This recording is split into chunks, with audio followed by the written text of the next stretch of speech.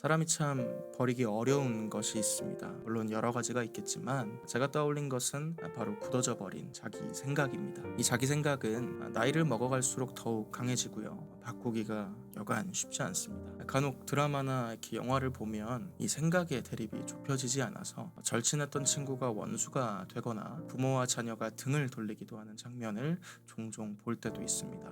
이런 모습을 떠올렸을 때 사람의 굳어진 자기 생각, 의견이라는 것이 바꾸기 참 어렵다라는 것을 많이 느끼게 됩니다. 시편 37편 5절을 보면 이 세번역 성경에서는 이렇게 표현하고 있습니다. 내 갈 길을 주님께 맡기고 주님만 의지하여라. 주님께서 이루어 주실 것이다. 그러니까 너의 갈 길을 너가 가는 게 아니고 주님께 맡기라는 것이죠. 너의 생각, 의견으로 너의 삶을 결정하고 살아가는 것보다 너의 삶을 하나님께 맡기기를 먼저 하라는 것입니다. 그런데 우리가 이 세상을 살아가다 보면 이것이 참으로 쉽지 않다는 거 정말 많이 느낍니다. 특별히 혼잡한 세상 속에서 또 악인들이 득세하는 것처럼 보이는 이 세상 속에서 나의 생각과 나의 판단이 더 앞서려고 할 때가 얼마나 많은지 모릅니다. 시편 37편만 봐도 우리에게 이야기하거든요.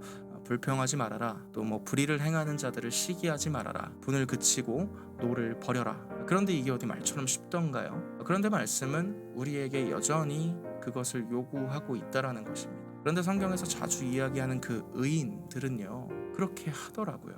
자신의 생각대로 사는 게 아니라 자기의 길을 자기 힘으로 가는 것이 아니라 자신의 삶을 하나님께 우선적으로 맡기고 살아가더라고요. 모세도 그랬고요. 다니엘도 그래요. 요셉도 그랬습니다. 그런데 여러분 잘 생각해보세요. 이 사람들이라고 왜 자기 생각이 없겠어요? 이들이라고 해서 자신의 고집이 없겠습니까?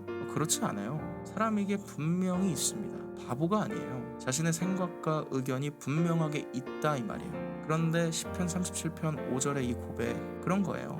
그러한 내 생각, 내 의견, 내 고집 그거 좀 다 뒤로 하고 주님께 맡기자. 그거 아닙니까? 그렇게 사는 사람들의 인생 어떻게 될까요? 같은 37편 23절부터 24절을 보면 이렇게 기록합니다. 자신의 길을 하나님께 맡겨드린 그 사람의 걸음을 하나님께서 정하십니다. 그리고 그 사람이 가는 길을 하나님께서 기뻐하십니다. 그리고 분명히 이야기하죠. 앞으로 그 사람이 가는 길, 그 과정 속에서 비록 넘어질 수는 있지만 절대로 아주 엎드러지지 않는다. 우리의 표현대로 조금 바꿔보면 하나님께 자신의 삶을 맡긴 사람들, 실패할 수는 있어도 절대로 패배하지는 않는다. 왜냐? 그 사람의 인생을 하나님께서 자신의 손으로 분명히 붙들고 계시기 때문입니다.